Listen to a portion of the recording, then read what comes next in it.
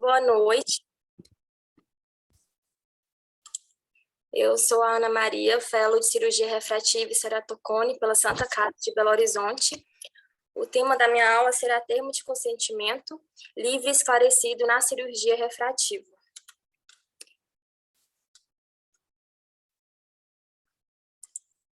Peraí, rapidinho. Então, antes de começar a falar sobre o termo de consentimento em si, eu daria uma breve introdução sobre as mudanças que aconteceram nas últimas décadas na relação médico-paciente e como essas mudanças influenciaram de forma muito importante na transmissão de informação. Durante muito tempo, essa relação médico-paciente ela aconteceu de forma assimétrica, muitas vezes devido ao princípio de beneficência. Antes, o paciente era levado a diversos tratamentos, cirurgias e procedimentos sem que lhes fosse oferecidos antes qualquer alternativa assim, de questionamento ou de oportunidade de justificar. E devido a todas essas... Estão me ouvindo? Perfeitamente, Ana. Vamos em frente. Tá. Então, devido a todas essas mudanças que aconteceram nas últimas décadas, a necessidade de informação e de esclarecimento para o paciente tornou-se indispensável. E quais foram essas mudanças, né? Essas mudanças aconteceram principalmente no âmbito social, aconteceram mudanças no perfil do paciente e mudança no perfil profissional. Então, falando um pouco das mudanças sociais, né? Com o avanço informacional e com o avanço da tecnologia, aconteceu uma democratização da informação. Antes, há muito tempo, essas informações estavam concentradas praticamente 100% nas mãos dos médicos, né? Hoje em dia já não é bem assim. Hoje em dia o paciente, com o celular na mão, ele consegue acesso rápido à internet, consegue verificar ali do que se trata a sua doença, consegue ter acesso a diversos tratamentos. Eu não me refiro a conhecimento, né? A mais informação. Devido a essa mudança do perfil social, consequentemente, o perfil do nosso paciente mudou. Hoje, a gente tem um paciente muito mais crítico, mais exigente, mais questionador, e a gente pode ver o perfil do paciente hoje como um consumidor, tá? Hoje, a gente tem que ver o paciente como um cliente. E concomitante a isso, aconteceu a mudança do perfil profissional. Hoje, há muito tempo, nós médicos éramos vistos, né, como uma figura conselheira. Diante de todas essas mudanças que aconteceram, o médico ele foi obrigado a incorporar um perfil mais empresarial, mais empreendedor, e ele hoje é visto como um prestador de serviços para aquele paciente que é o consumidor. E, querendo ou não, todas essas mudanças levaram a um determinado desgaste ali na relação médico-paciente, tá?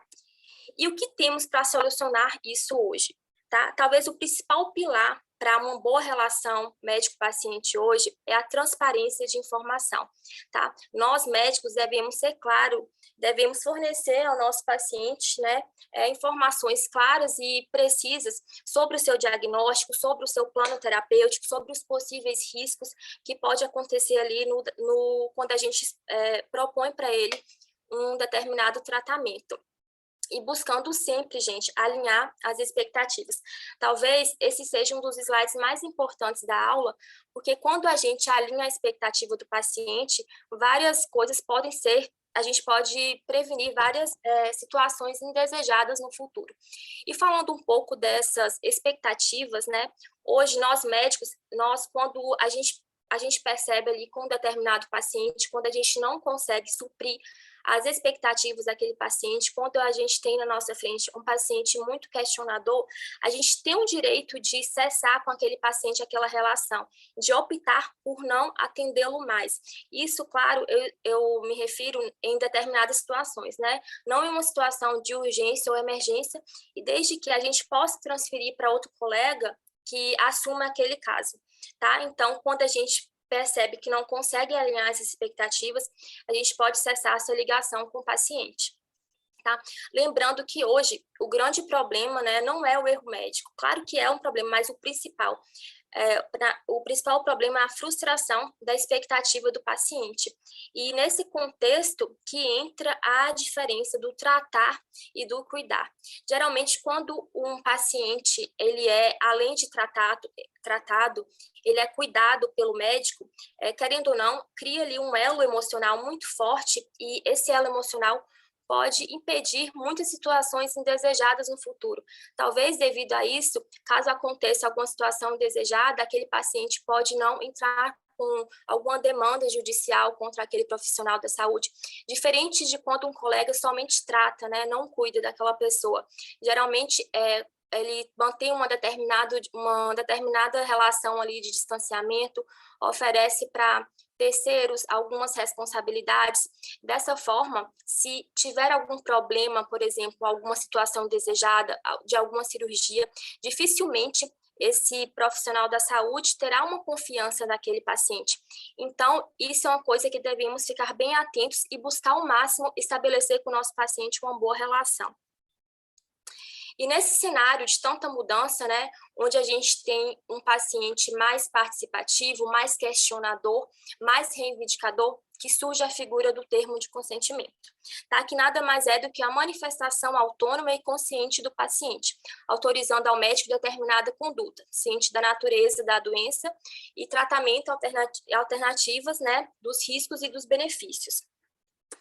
Lembrando que o termo de consentimento, os dois pilares principais, ele deve ser livre e esclarecido. O que quer dizer livre, né? Que o paciente tem total liberdade de escolha e decisão após o médico propor para ele ali todos os dados informativos sobre o seu diagnóstico, sobre o seu tratamento e sobre os riscos do seu tratamento, da sua cirurgia, né? Se tratando em questão aqui da nossa especialidade. O paciente, ele tem liberdade de escolha e de decisão. Esclarecido, o que quer dizer isso? Que o paciente tem pleno entendimento do contexto ali ao qual foi inserido, que aquela decisão que ele tomou foi uma decisão consciente. Tem bacon nela? Não, é batata mais caseira. Sua irmã te respondeu aí?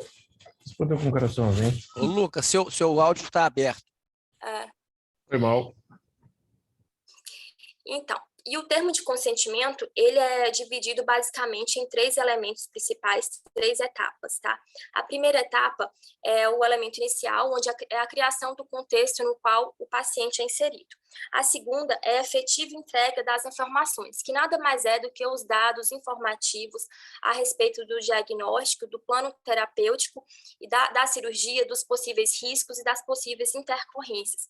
Lembrando que essas informações devem ser transmitidas para o paciente de forma clara e eficiente, tá?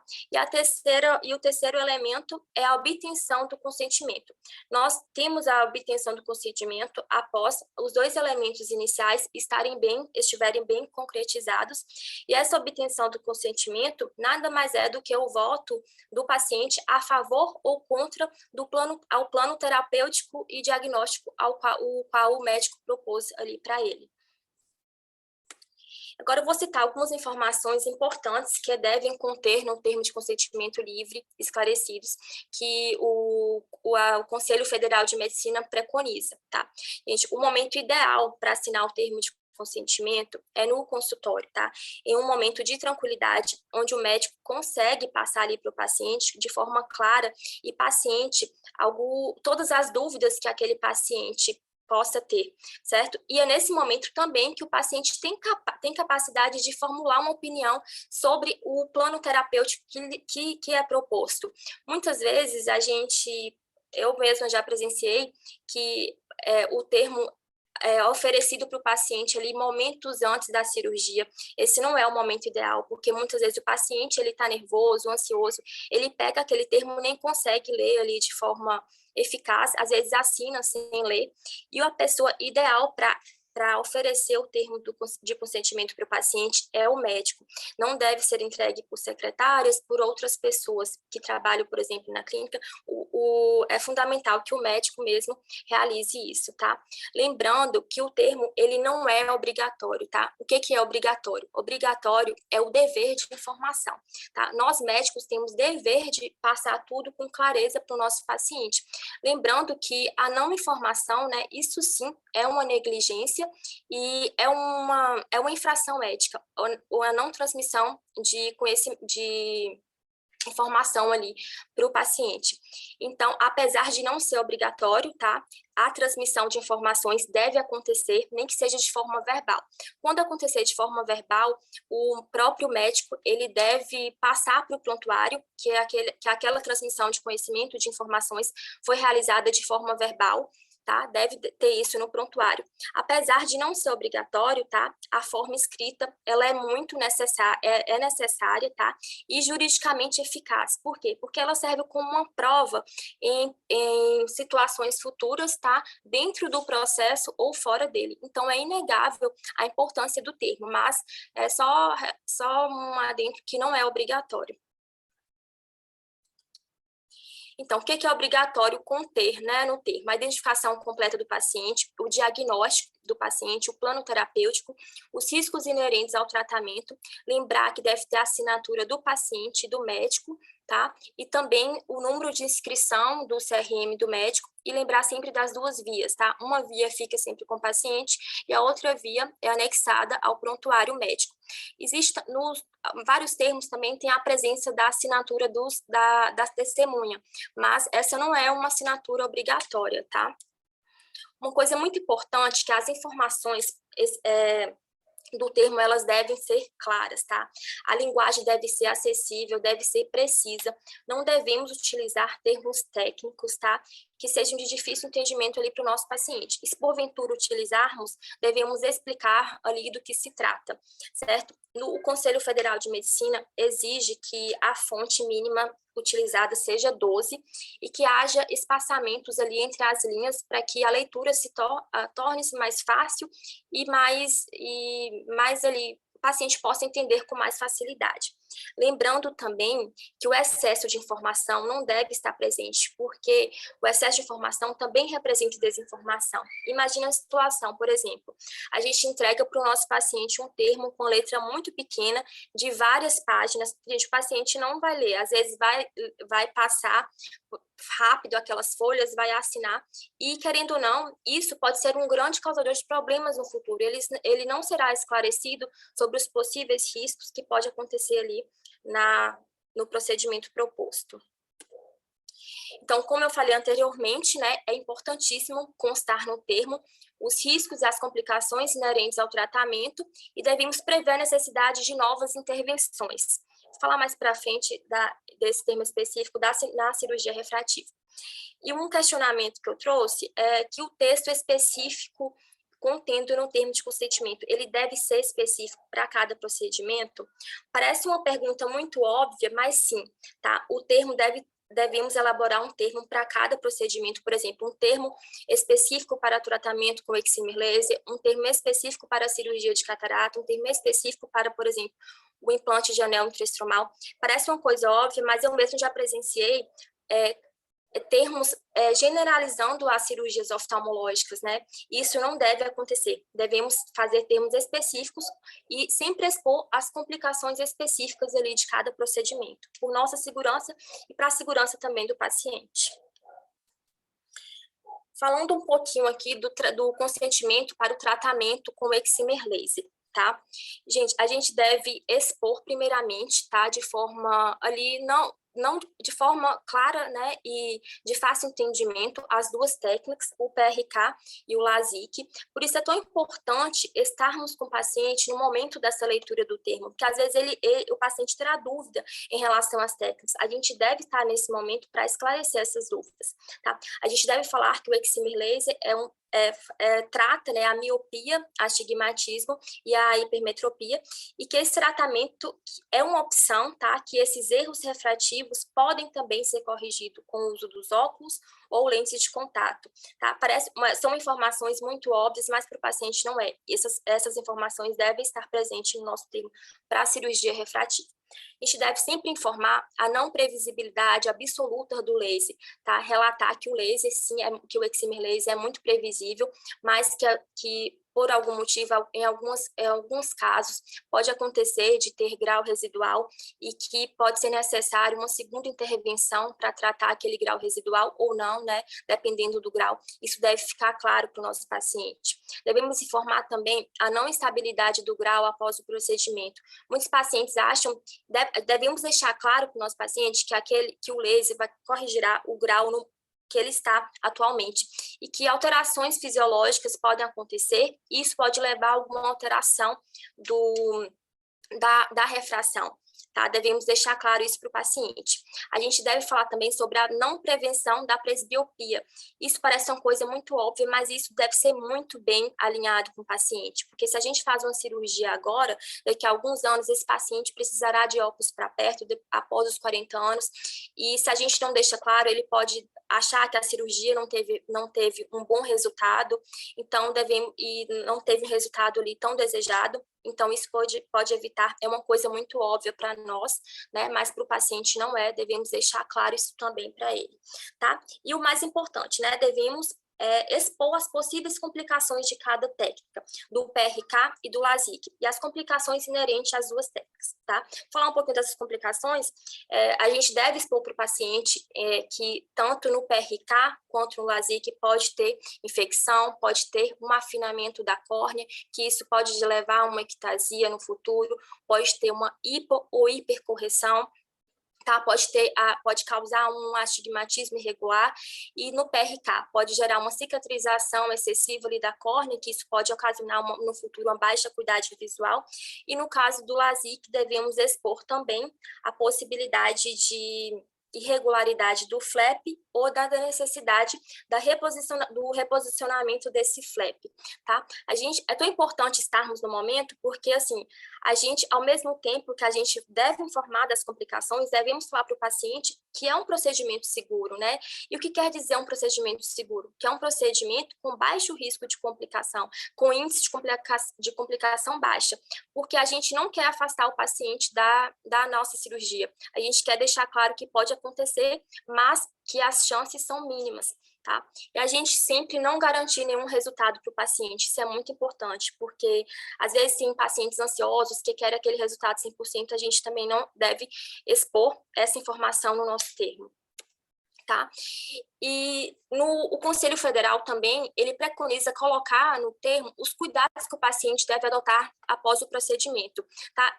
Essa informação eu deixei aqui até para a gente questionar, porque geralmente a gente entrega essas informações para o paciente em um papel separado, tá? Não está presente no nosso termo, e isso a gente pode questionar também, tá? É importante conter no termo a declaração que o paciente está informado e esclarecido acerca do procedimento, e também a declaração de que o paciente é livre para não consentir com aquele procedimento sem qualquer penalização ou prejuízo, certo? E aqui é o exemplo do termo de consentimento utilizado no nosso serviço, tá? Ele preenche os critérios preconizados pelo Conselho Federal de Medicina. Na minha opinião, é um termo que não é muito grande, que tem um tamanho ideal, e as informações que eu citei nos slides anteriores estão presentes aqui nesse termo. A fonte utilizada é uma fonte adequada, tem um espaçamento correto aqui das linhas, tá? Então, na minha opinião, eu achei um termo muito fácil, de fácil leitura e de fácil entendimento. Aqui embaixo, né, tem a opção, os espaços para assinatura do paciente, da testemunha. O que faltou aqui, que é muito importante, é a assinatura do profissional da saúde responsável pelo procedimento, tá? E o número do CRM e o estado do CRM inscrito. Falando um pouquinho da recusa do consentimento, eu nunca presenciei um paciente que recuse a assinar, mas pode acontecer, né? Nesses casos, o médico deve registrar a decisão do paciente, tá? Por escrito, no prontuário, e propor alternativas, se existentes, né? O médico deve levar o paciente a uma reflexão, lidar com calma ali com esse momento, e se porventura, mesmo no final, não houver o consentimento, o paciente deve assinar a recusa do consentimento. E devemos também conceder um novo prazo para esse paciente, né, e sugerir que ele ouça uma segunda opinião e que volte a reavaliar esse paciente em um segundo momento. E para concluir, gente, eu coloquei aqui algumas informações que eu julgo bem importantes, tá? É inegável que o termo de consentimento é um documento que está em constante evolução, tá? Ele é um instrumento muito necessário, válido e juridicamente eficaz, tá? Apesar de não ser um documento obrigatório, é inegável a importância do termo de consentimento, tá? Porque ele serve como prova dentro de um processo ou fora dele, tá? Apesar de ter a possibilidade de ser uma comunicação ali verbal, nada se compara ao termo escrito. E, querendo ou não, um documento ele é uma prova, né, do cumprimento do dever de informar pelo profissional médico, lembrando que é um dever de informar, e a negligência e a falta de informação é uma negligência médica, é uma infração médica. Então, o termo de consentimento, ele documenta essa prova, e isso é fundamental. E lembrando que o termo de consentimento, ele não protege o erro médico, tá? Caso haja ato ilícito, esse ato ilícito pode levar quando tem ato ilícito, pode levar o paciente, sim, a procurar alguma concessão na justiça. O termo de consentimento não protege isso, tá?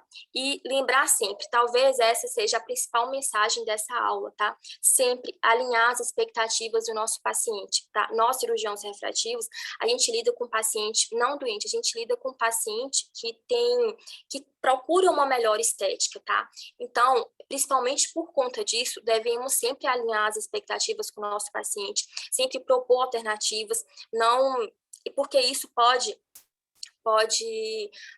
evitar várias situações indesejadas no futuro. Isso é um fator modificável, né? Isso está ao nosso alcance realizar. Por exemplo, quando tem um erro, o erro já aconteceu, mas a questão de alinhar a expectativa, de ter uma boa relação com o nosso paciente, isso pode evitar a maioria dos problemas, e essa talvez seja a principal mensagem dessa aula. Obrigada. Perfeito. Excelente, Ana. Muito boa sua aula, bastante completa. Eu queria que você fechasse esse seu último slide, por favor. Então, realmente foi muito, muito boa.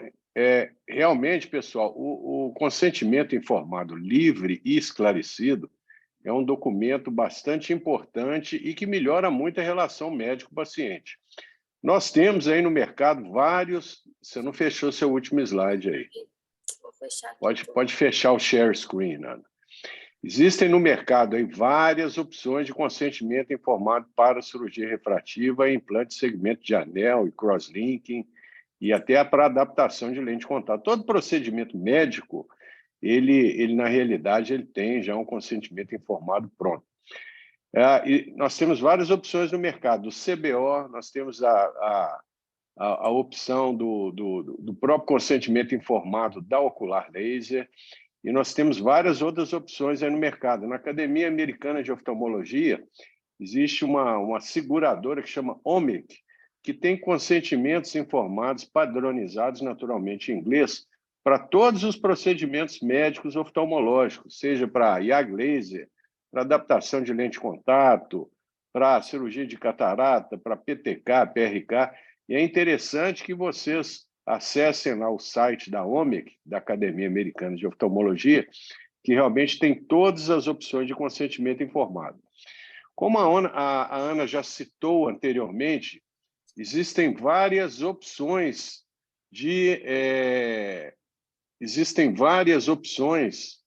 no mercado da maneiras que a gente pode abordar o consentimento informado. Uma das maneiras que a gente tem é justamente a gente poder ler, dar um consentimento informado para o paciente vai ler o procedimento, vai ler o termo livre esclarecido, normalmente no dia que você vai apresentar o pré-operatório, que você já vai explicar o uso dos colírios e da conduta no pré-operatório, você já dá o consentimento informado para o paciente levar para casa e trazer assinado no dia da cirurgia. É muito importante que você dê toda a liberdade ao paciente para ele ler com calma o consentimento informado em casa e que ele ligue caso ele tenha qualquer dúvida com relação ao consentimento. Essa é a opção 1. A segunda opção, que é a opção que eu uso, não é dar aquele termo esclarecido, aquela receitinha de bolo para o paciente levar para casa e trazer assinado. Eu prefiro, e eu acho que até juridicamente ele é até mais valioso, você ter uma conversa bastante franca e transparente com o seu paciente no pré-operatório, no dia que você vai fornecer o pré-operatório para ele, e você explique para ele como será o procedimento, o que ele pode esperar com relação a benefícios e eventuais riscos que ele está correndo em todo procedimento cirúrgico. Então, no PRK e no LASIK, a gente tem que lembrar que o objetivo do procedimento é reduzir a dependência de óculos e lentes de contato e que, apesar do equipamento de laser ser um equipamento extremamente previsível, nós não podemos assegurar a ele que ele vai ficar livre de óculos tanto para longe quanto para perto. Então, eu prefiro ter uma conversa franca com ele, evitar ficar prometendo coisa demais, que, na realidade, quanto mais a gente promete, mais a nossa situação fica difícil no pós-operatório, e eu comunico ao paciente, depois de eu ter explicado tudo para ele, e ele ter tido a chance de perguntar tudo que ele tem com relação a dúvidas, com relação à cirurgia, eu comunico a ele que tudo que eu conversei com ele será colocado no prontuário eletrônico dele e que isso será... Eu não uso prontuário em papel na clínica, eu uso prontuário eletrônico e eu faço questão de ter um prontuário extremamente detalhado. Então, eu acho que, do ponto de vista jurídico, funciona melhor. Se você explicar, se você quiser, você pode até ler para o paciente o procedimento, o consentimento informado com ele do lado, e você esclarecer todas as dúvidas. Mas é muito importante que você comunique a ele que tudo que foi explicado, tudo que ele perguntou, será colocado no prontuário eletrônico, para que ele tenha ciência disso. Do ponto de vista jurídico, isso me parece mais eficaz do que um consentimento informado formal que a gente dá para o paciente e pede ele para assinar e trazer assinado no dia da cirurgia. Como a Ana já até assinalou para a gente, é muito comum que o paciente assine aquilo e traga assinado sem ter tido o cuidado de ter lido. E se, eventualmente, você tiver alguma demanda judicial e o paciente informar lá ao juiz que ele assinou aquele papel sem que ele tenha lido, isso não tem, na realidade, não vai ter, do ponto de vista jurídico, não vai ter nenhuma utilidade para o cirurgião. Então, por isso que eu prefiro, ao invés de simplesmente entregar o papel, eu prefiro comunicar e ler com ele, e caso ele tenha alguma dúvida, esclarecer na hora. Outra coisa muito importante também é que você tem uma outra pessoa na sala, além do paciente. Pode ser o cônjuge do paciente, um filho, um parente. É muito importante que você tenha uma outra pessoa para que você possa até ter uma testemunha de que você esclareceu aquilo tudo. A gente que trabalha com pacientes jovens em cirurgia refrativa, eventualmente nós temos pacientes idosos também, paciente que foi submetido à cirurgia de catarata e precisa de um ajuste fino com laser, e muitas vezes esse perfil de paciente ele tem uma certa dificuldade de assimilar as coisas. Então, toda vez que você for conversar com o paciente a respeito do procedimento cirúrgico, é importante que você tenha uma pessoa, uma testemunha do lado, que pode ser até o próprio parente do paciente, para que você possa deixar isso bastante claro. É muito importante também que você deixe ele à vontade para ele perguntar o que ele quiser. Se eventualmente ele tiver alguma dúvida, ele pode te ligar.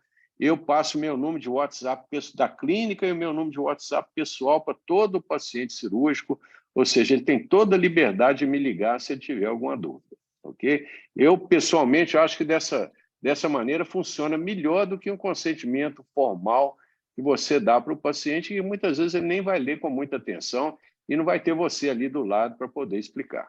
Ok? Lembrar também, pessoal, que consentimento informado de PTK e PRK, implante de anel e crosslinking são procedimentos totalmente diferentes e não podemos ter um consentimento informado genérico que a gente usa para todos os procedimentos cirúrgicos, que realmente é completamente diferente. Nós já tivemos problemas sérios lá na Santa Casa, no nosso fellow de cirurgia refrativa, alguns anos atrás, com pacientes que foram fazer um PTK e o residente lá, o fellow, por algum motivo, deu um consentimento informado de PRK para ele. Então, o paciente fez um PTK e 2, 3 meses após, a gente comunicou ao paciente que a gente iria fazer um teste de lente de contato para fazer a reabilitação visual dele, e ele falou que não iria usar a lente de contato porque ele tinha feito uma cirurgia para ficar livre de óculos. Então, foi uma dificuldade enorme a gente esclarecer para ele que o objetivo da cirurgia foi um procedimento terapêutico, não foi um procedimento com o objetivo de livrar dos óculos. Então, nunca use um consentimento informado de PRK para PTK, porque realmente o resultado pode ser bastante complicado para o cirurgião. Ok? Então é isso. Reinaldo, você quer acrescentar alguma coisa aí com relação à apresentação da Ana, por favor?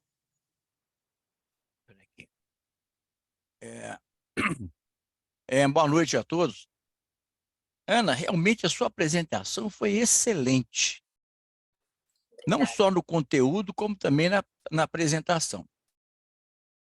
Só um detalhe, esse consentimento que você mostrou aí, começa assim, é vedado ao médico realizar um procedimento sem autorização expressa do paciente, isso está no código, artigo 46 do Código de Ética Médica. Esse consentimento livre e informado, fui eu que fiz. E eu disponibilizei para muitos colegas, então, muita gente usa esse consentimento.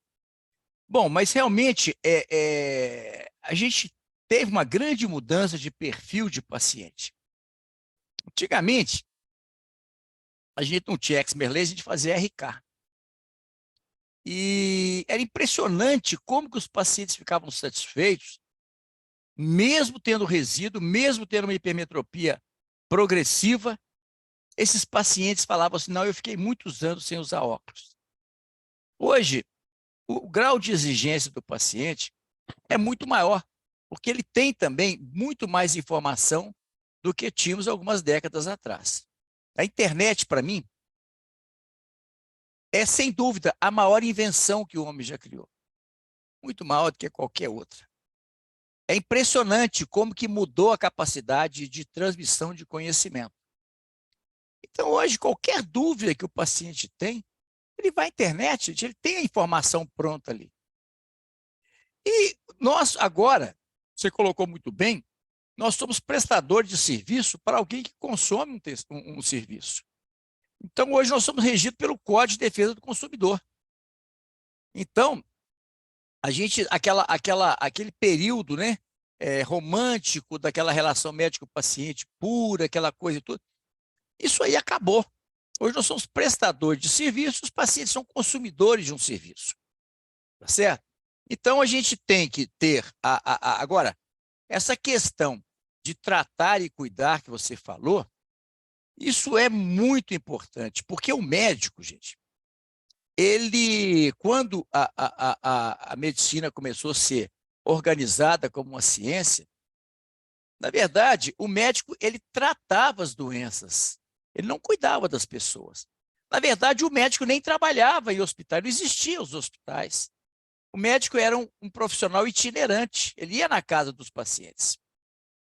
Com a descoberta do Brasil, a vinda dos portugueses, lá no século XVII, os portugueses trouxeram algo que já existia na Europa, né? Otedier, lá na Borgonha, todos, são vários exemplos que a gente tem mundo afora, mas que não tinha no Brasil. Aí os médicos, os portugueses trouxeram aquilo que a gente chama de santas casas. Isso foi trazido pelos portugueses do século XVII, e ali os pacientes eram cuidados. Os médicos tratavam, mas quem cuidava eram as enfermeiras, eram as irmãs de caridade. Então começou a aparecer asilos, casas de repouso, abrigos, tudo isso com pessoas, geralmente religiosos, que cuidavam das pessoas. O médico não, o médico simplesmente tratava.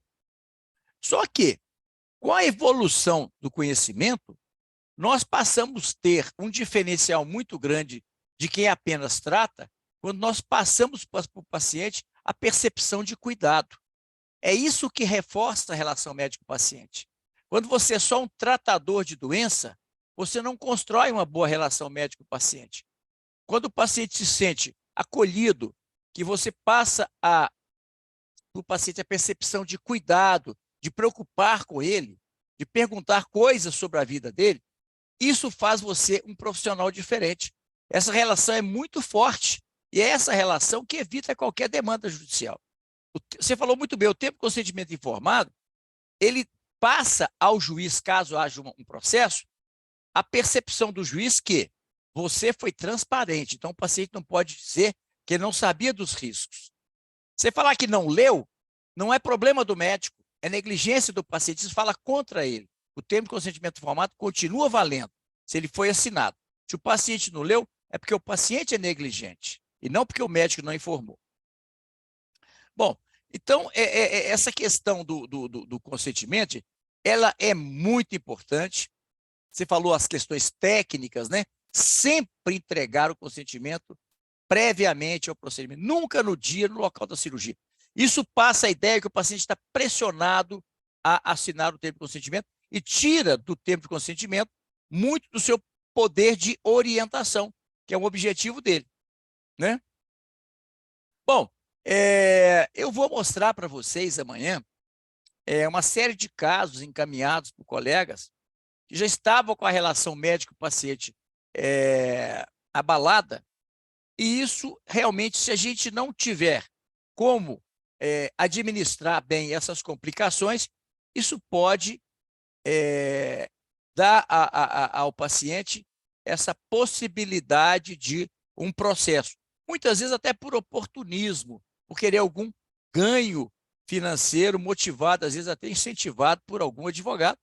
Então, antigamente, eles falavam que tinha advogado de porta de cadeia para livrar os bandidos. Hoje tem advogado de porta de hospital. Ele fica ali, ou manda alguém para ver se está tendo alguma insatisfação, alguma coisa, e ele pega e entra como entre aspas, alguém para ajudar. Na verdade, ele quer se arrumar. Bom, então é o seguinte, gente, você passou assim, acho que muito completa a sua aula, muito boa.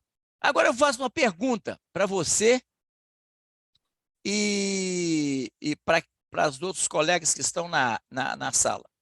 Se o paciente, na hora do procedimento, ele se negar, ou mesmo ele só questionar alguma coisa do consentimento, o que você deve fazer?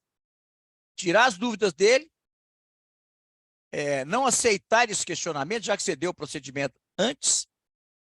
Qual seria a conduta mais correta para você ter, vamos dizer, resguardado o direito que você tem de informar o paciente? O que você acha?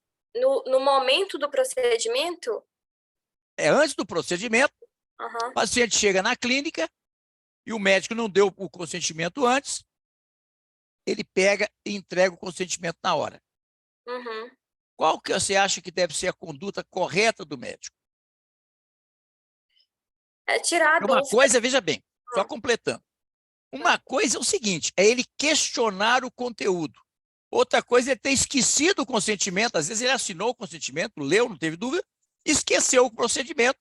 Então, você poderia dar uma segunda via para ele na hora da cirurgia, desde que ele tenha lido esse procedimento e tudo, né? Porque você também, o fato dele ter esquecido, você tem que ter resguardado o seu direito a provar que você informou o paciente.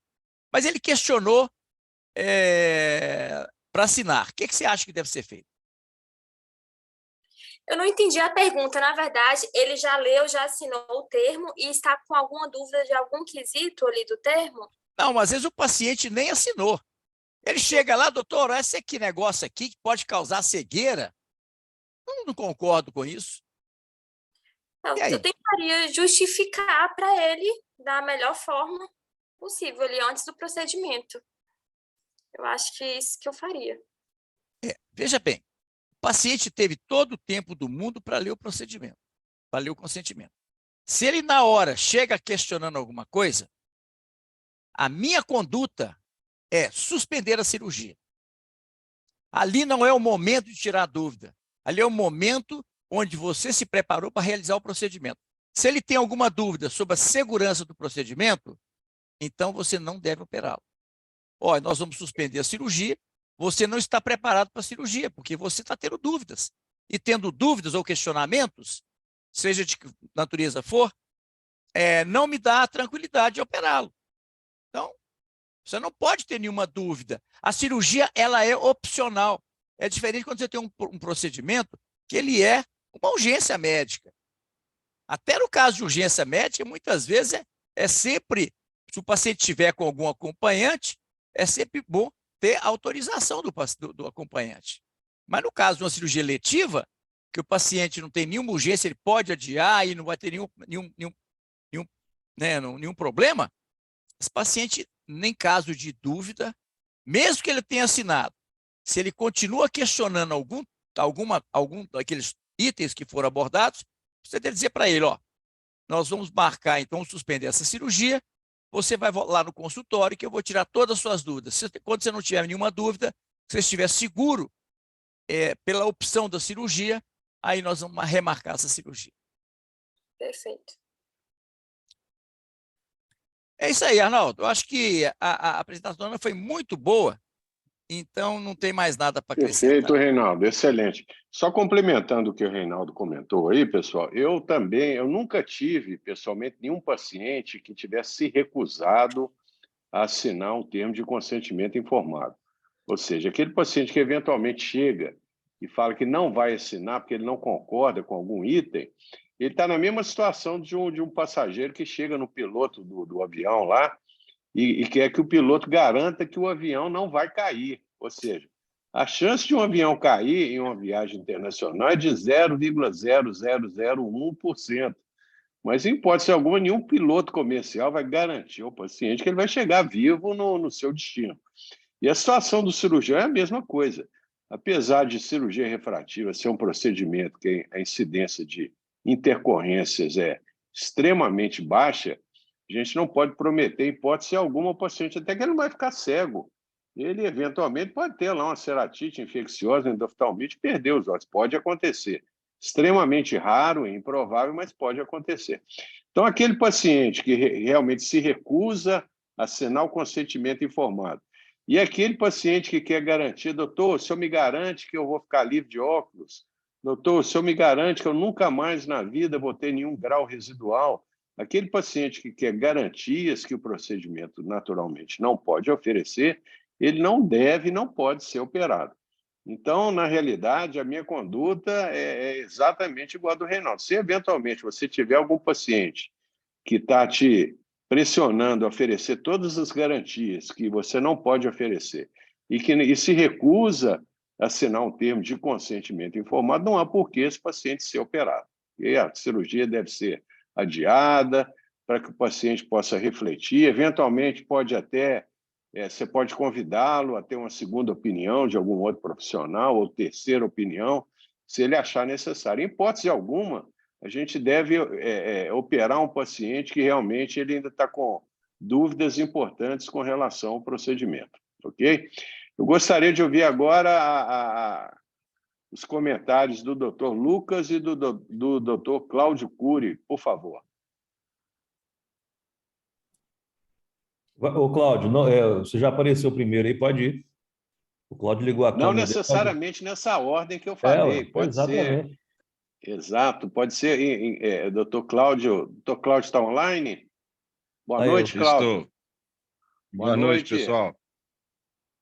Boa noite, Cláudio. Boa noite, Lucas. Boa noite. Dr. Lucas de primeiro. Mas o que eu tenho para falar é rápido, porque vocês já abordaram aí bastante coisa, eu acho que está perfeito. Eu acho que hoje a gente pode ter um cuidado adicional.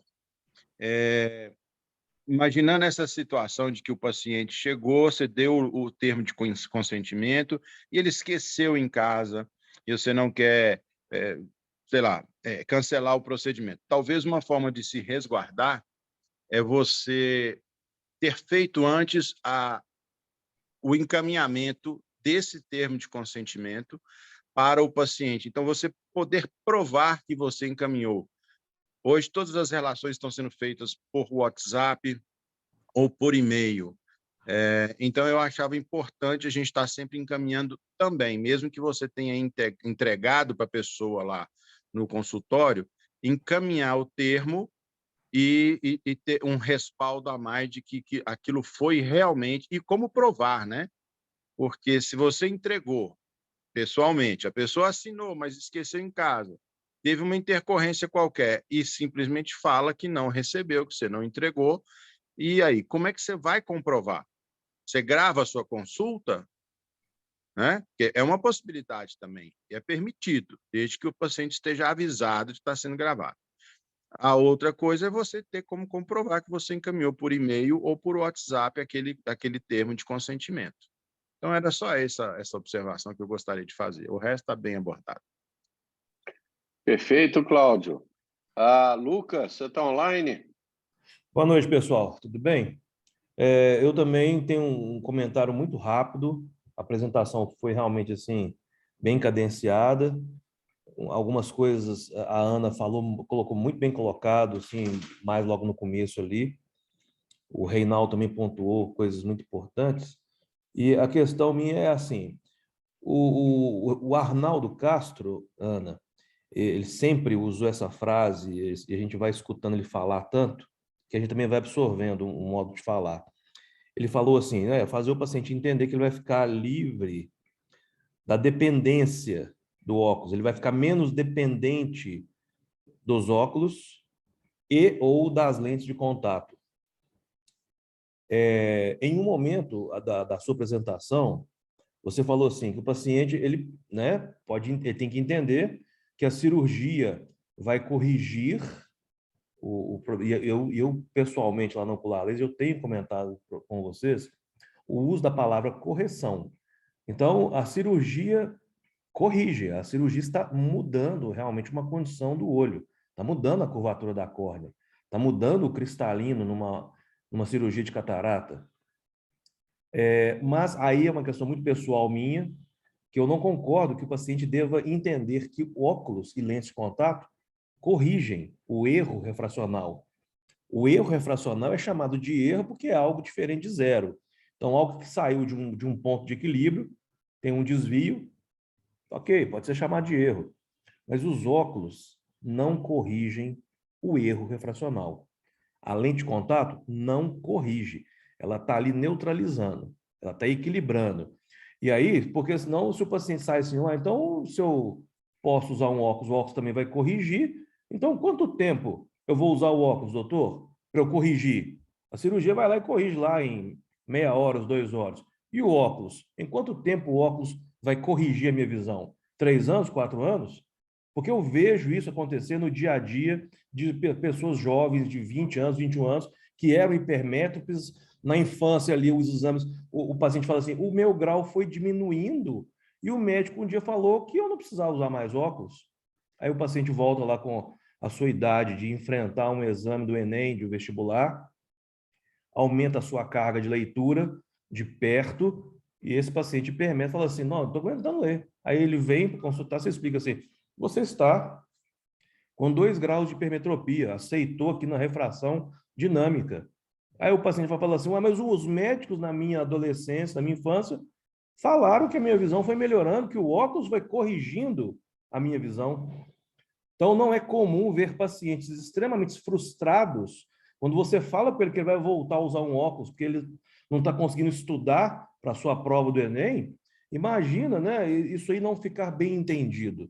Então, eu pessoalmente costumo falar para o paciente assim, olha, apesar da miopia, do astigmatismo, até da presbiopia, ter um código internacional no livro de internações de doenças, tem lá, a presbiopia tem um código lá, H52.4. E aí eu questiono assim, como que uma situação que todo ser humano que fica velho, que fica com mais de 40 anos, mesmo os pacientes míopes, que acham que estão lendo de perto, porque é míope de -3, esse paciente míope também fica presbita. Como que uma situação que todo ser humano tem é considerada uma doença? Né? Então, esse nosso linguajar, e como você falou muito bem no início da apresentação, Hoje, nós somos prestadores de serviço, a informação mudou. O domínio, a detenção da informação não está mais democrática. Então, eu acredito que o nosso linguajar médico também precisaria se atualizar, né, para tentar acompanhar a velocidade da democratização da informação. Eu acho que nós precisamos melhorar o nosso linguajar para que tudo, no final, fique entendido como um cuidar a mais, não só tratar, mas um cuidar a mais, tudo isso que foi abordado na aula. Então, esse é o meu comentário. Obrigado. Perfeito, Lucas. Eu achei super interessante aí esse comentário seu sobre correção e neutralização de um erro refrativo. Existem alguns pacientes que acham que, não sei por que motivo, se ele for míope e usar óculos a vida inteira, vai chegar uma hora que o óculos vai corrigir a sua metropia. E tem paciente também que usa lente de contato achando que algum dia ele não vai precisar mais de lente, porque a própria lente vai corrigir o seu grau. Eu acho interessante que a gente comunique aos pacientes a diferença de neutralizar um erro refrativo e correção. Na realidade, a única maneira que tem da gente diminuir uma metropia é através da cirurgia refrativa e não através de óculos e lentes de contato. Agora, eu vou fazer um comentário aqui com vocês. Na realidade, não é nem muito a ver com o termo de consentimento informado, mas é uma estratégia que eu uso lá na clínica que eu acho que é bastante interessante tanto para quem já está há algum tempo no mercado, como para aqueles que estão se iniciando no atendimento em oftalmologia. E eu tenho lá com as minhas colaboradoras um índice que a gente chama de índice ICH. Esse índice ICH, na realidade, é o índice da chatura do paciente. Então, aquele paciente que está se apresentando na clínica pela primeira vez, o primeiro contato que ele tem não é com o oftalmologista, ele tem um contato lá com a recepcionista, com a moça que serve o café para ele. Então, ele tem vários contatos prévios antes de chegar propriamente na consulta. E tem um determinado perfil de paciente, que é aquele paciente que chega às 8 horas e quer ser atendido às 8 horas e 1 minuto, ou seja, com 1 minuto de presença na clínica, ele já está reclamando que a consulta está demorada, que ele tem um outro compromisso às 8h30. Por mais ridículo que pareça ser, tem paciente que marca consulta às 8 horas e marca um outro compromisso às 8h30 do outro lado da cidade. Então, ele começa a reclamar lá com a recepcionista que ele tem outro compromisso às 8h30 e que ele imaginou que às 8h15 ele estaria saindo da clínica. Então, é incrível, mas tem esse perfil de paciente. Então, eu tenho lá um índice CH. E o índice CH é aquele paciente que reclama que o café expresso não é da marca que ele gosta, que a temperatura da água gelada da clínica não está do jeito que ele gosta, que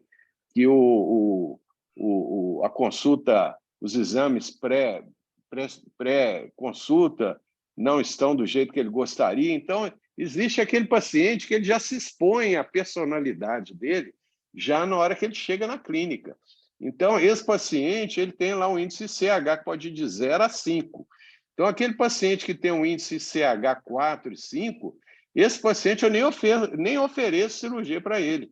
Se ele veio com o objetivo de ser submetido seja uma cirurgia de catarata, uma cirurgia refrativa, eu não vou disponibilizar cirurgia para ele. Eu muitas vezes vou falar que eu não tenho nem agenda para operá-lo, porque esse perfil de paciente não me interessa. Ou seja, aquele paciente que já está criando caso com 2 minutos na clínica, ele vai dar muito problema no pós-operatório, por mais perfeita que seja a cirurgia dele.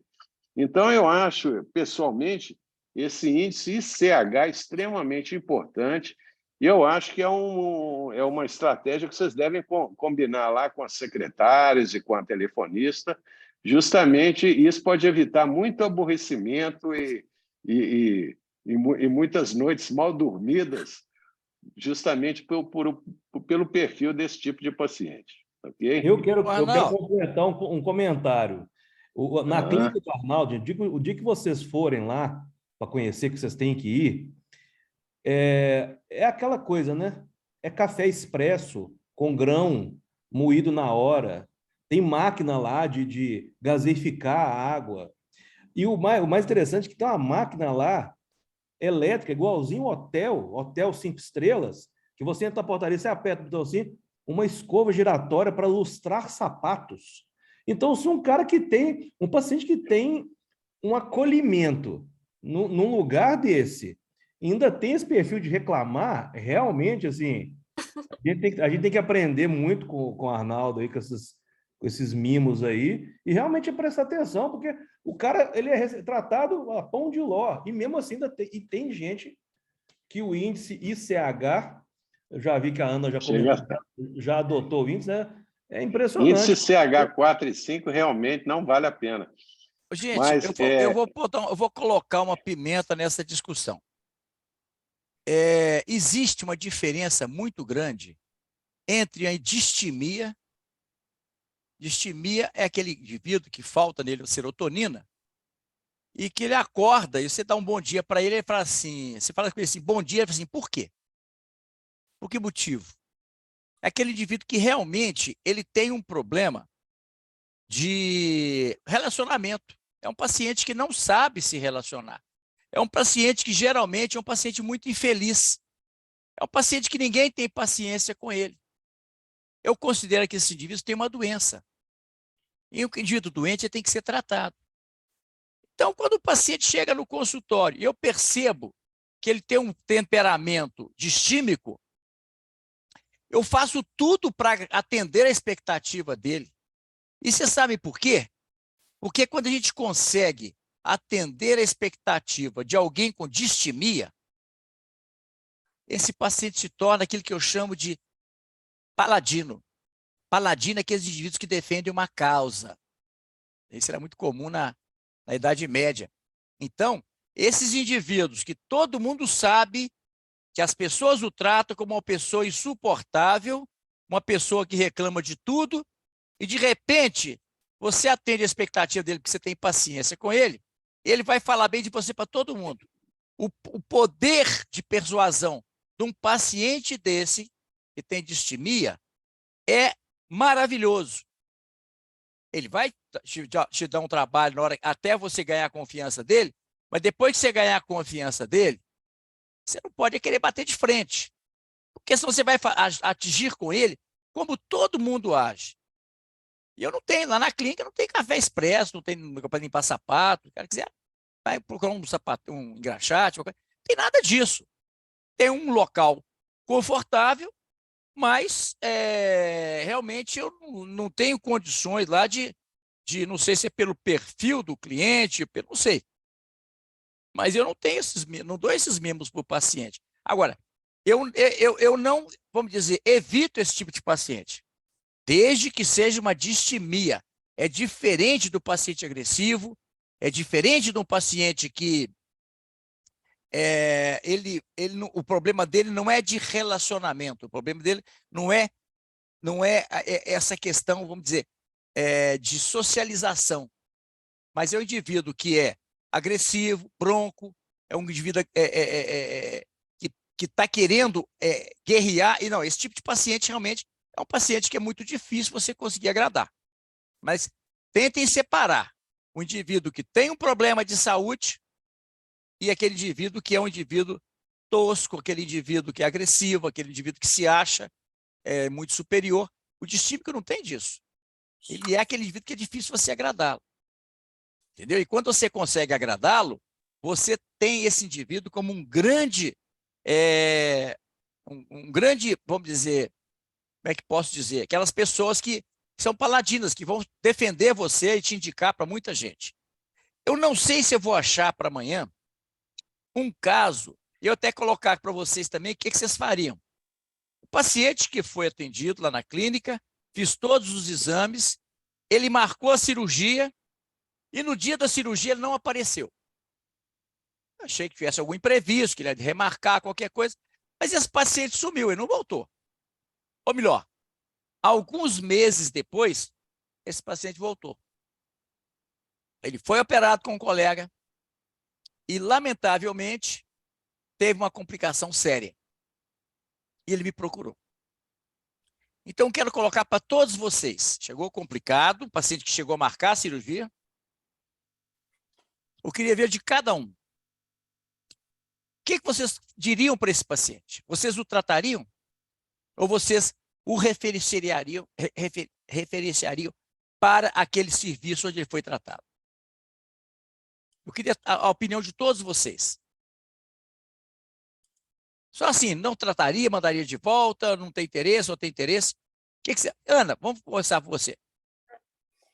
Então, é uma situação difícil, mas eu acho que se tivesse ao meu alcance, eu trataria. Ok. Porque ele já teve uma má relação, provavelmente, com aquele médico, né? Porque ele procurou novamente. Ele teve uma complicação séria. Ele voltou porque o médico não atendeu a expectativa dele, porque teve uma complicação. Uhum. Então, eu te pergunto, você trataria essa complicação, não tocaria no assunto, não relevaria a atitude dele e o trataria sem problema? Você assumiria o caso complicado?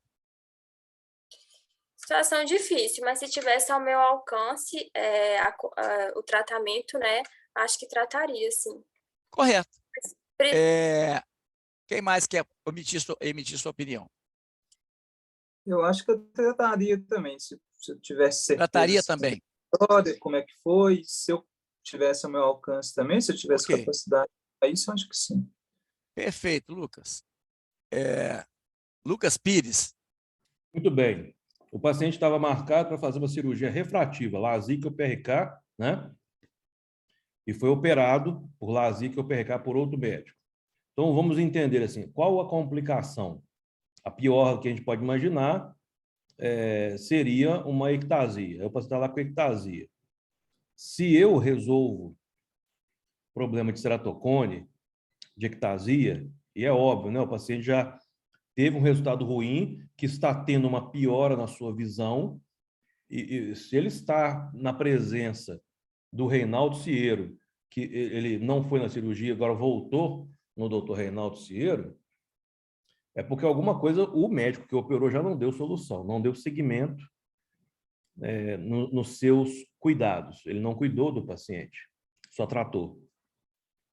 Então, se é uma coisa do meu alcance, da minha atuação médica, eu entenderia a situação do paciente, veria o que ele tem de expectativa, explicaria para ele as técnicas que nós possuímos hoje, né?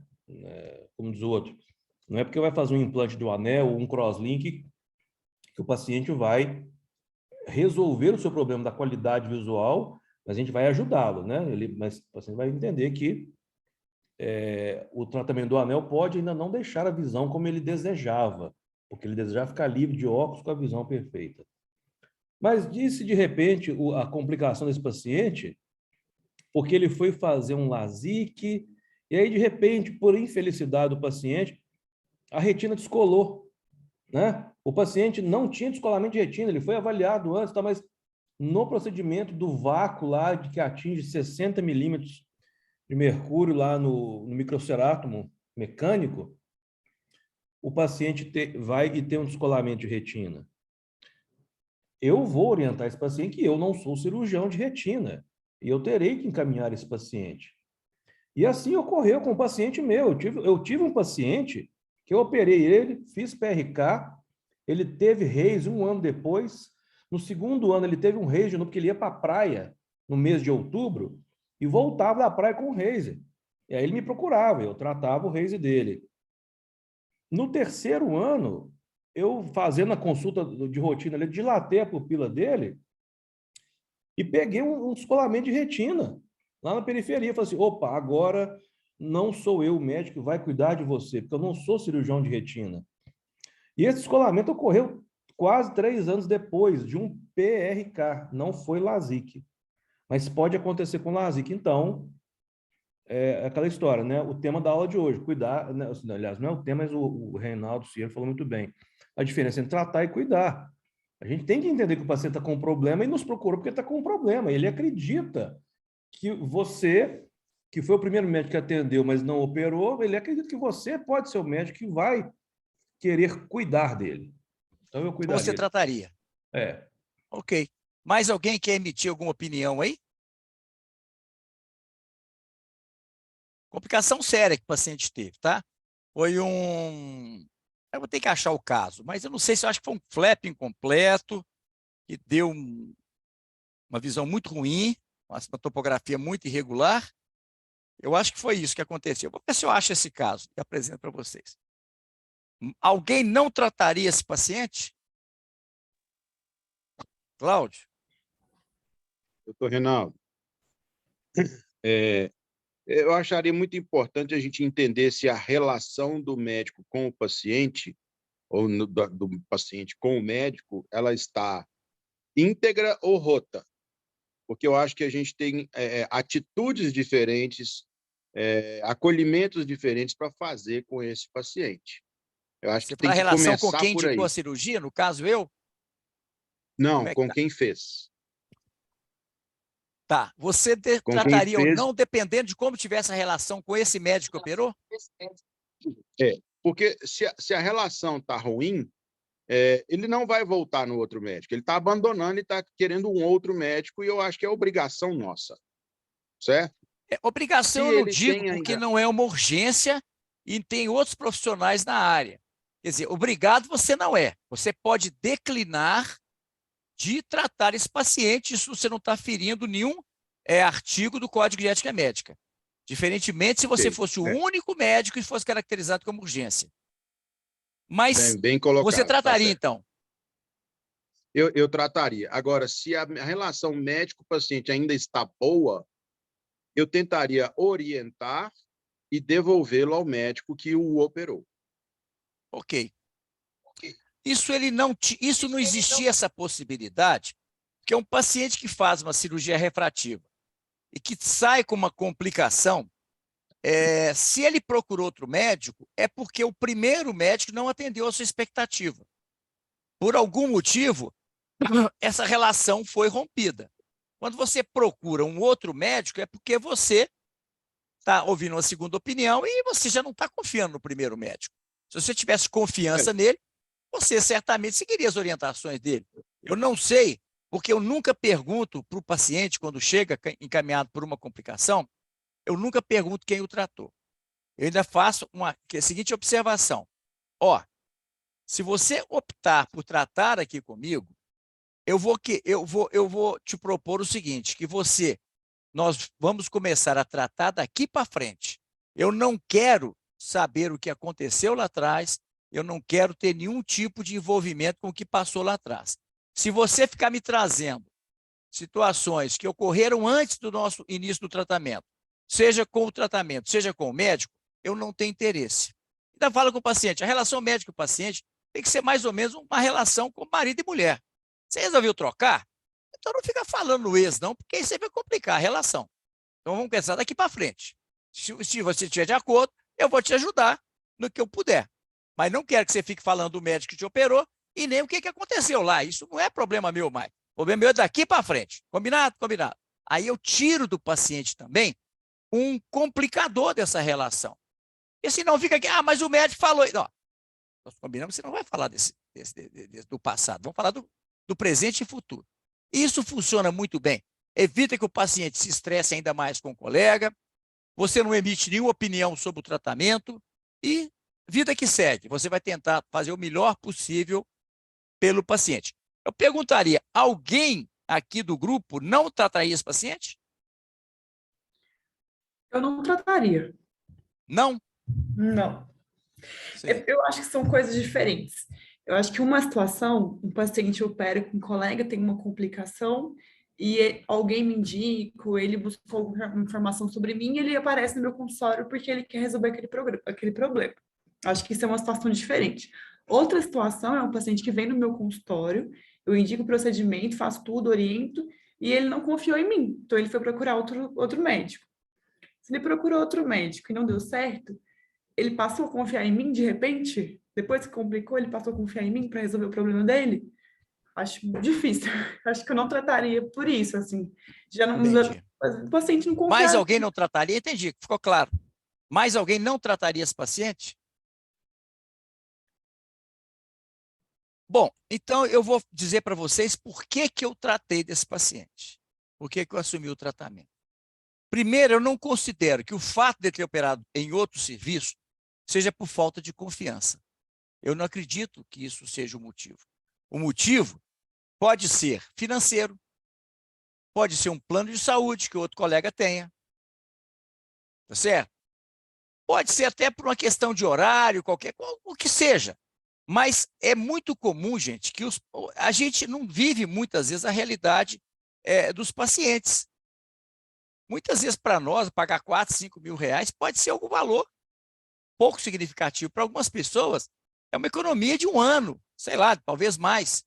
Então, para o paciente, qualquer economia que ele puder fazer, e se ele pudesse fazer por um plano de saúde que ele tenha, isso aí é compreensível. Eu não levo isso para o lado pessoal, não acho que seja falta de confiança. E também não pergunto por que ele não veio operar. Tá certo? Se ele não veio operar, motivo ele teve. Entendeu? Talvez até eu não tenha atendido a expectativa dele. Mas aí, complicou de alguma forma. Se ele voltou, é porque ele confia em você. Nós temos mais de 1.000 médicos em Belo Horizonte. Se ele voltou com você, é porque confiança em você ele tem, senão ele procuraria outro. Então, não foi por falta de confiança, foi por algum motivo desses que eu abordei. Agora eu vou tentar ver se eu acho esse caso, e aí eu apresento para vocês verem o que aconteceu.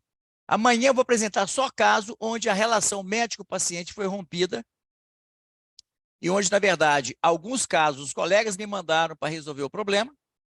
Há poucos dias agora nós fizemos um caso quem estava lá no ocular laser lembra. A paciente foi operada, teve uma DLK, depois foi reoperada 2 vezes e desenvolveu um crescimento epitelial e teve uma DLK. E teve um melting. E essa paciente ficou com uma visão péssima, péssima, péssima. E ela é médica e o marido dela é oftalmologista. Então, ela me procurou. Eu vou falar assim, não vou tratar porque não fui eu que tratei, eu não fiz a cirurgia. Não, eu estou ali para ajudar um paciente porque ele confia em mim. Então, eu não tenho esse prurido de achar que eu tenha que ser considerado melhor do que os outros. Não, e nem que seja por questão de confiança. Muitas vezes, por uma conveniência qualquer, relacionamento, etc., o paciente procura outro colega. Mas então é isso aí, gente. Amanhã eu vou apresentar esses casos para vocês e ensinar vocês também como lidar com esses problemas que muitas vezes desencadeiam uma demanda judicial. É uma medicina defensiva que eu vou passar uma série de informações para vocês. Então é isso aí, Arnaldo. Pessoal, alguém gostaria de fazer alguma pergunta, algum comentário? A hora é agora. Queria fazer só um último comentário, voltando no assunto do termo. Lucas, vamos lá. A gente teve uma aula recente sobre isso também, com um advogado especializado em direito médico, acho que até a doutora Juliana e o doutor Cláudio estavam presentes também. E a Ana até comentou que o termo não precisa ser exatamente físico, né? Até oralmente pode ser. E nessa aula ele falou que até se você mandar, isso que eu não sabia, achei interessante, você mandar um áudio mesmo, um vídeo no WhatsApp, né? Deixando claro assim para o paciente, ele falar ok, ele concordar, isso legalmente já serve como um termo também. Então, isso já te deixa protegido. Então, às vezes pode ser uma opção. Claro que é melhor ter físico, né? Mas também já é uma opção. Só para acrescentar isso mesmo. Exato. Okay. É interessante, mais informação pessoal, você der, melhor, seja de que meio for, né? Seja por gravação. Eu acho que o meio escrito, como você dá tempo ao paciente de ler e tirar suas dúvidas, eu acho que demonstra mais clareza, é mais fácil você demonstrar a sua boa-fé. O que o juiz quer saber é o seguinte, você teve uma complicação, o juiz sabe que complicações em medicinas ocorrem. Então, o fato de ter uma complicação não implica em erro médico. Mas o médico o juiz quer saber o seguinte, você orientou o paciente sobre os riscos que ele corria? Sim, orientei. Então, ele assumiu esse risco. A complicação foi decorrente de um erro médico ou foi inerente ao procedimento? Foi inerente ao procedimento? Então, não configura erro médico. Não cabe indenização, não cabe nenhum outro tipo de dano ao médico. Ok, nós temos aí um profissional que nos atende em várias instâncias oftalmológicas, que é o Dr. Valério, e nós vamos oportunamente convidá-lo para ele falar a respeito do tema de consentimento informado. Ele é um profissional que tem muita experiência nessa área jurídica e de oftalmologia e de defesa de colegas, justamente para ele poder, porque, na realidade, a gente tem cabeça a gente pensa como oftalmologista.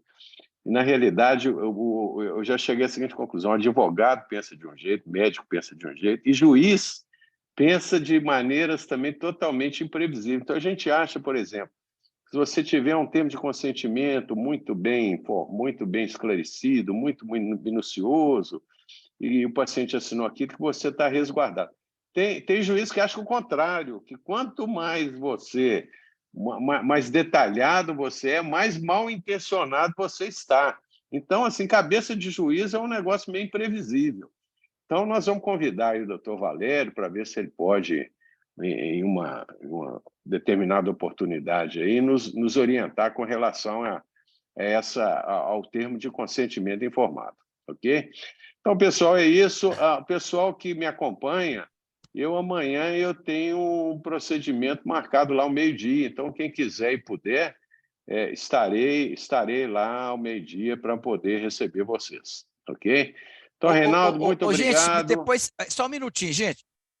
Eu fiquei de passar para vocês aquela tabela, aquele fluxograma de anel que vocês veem lá no ocular laser.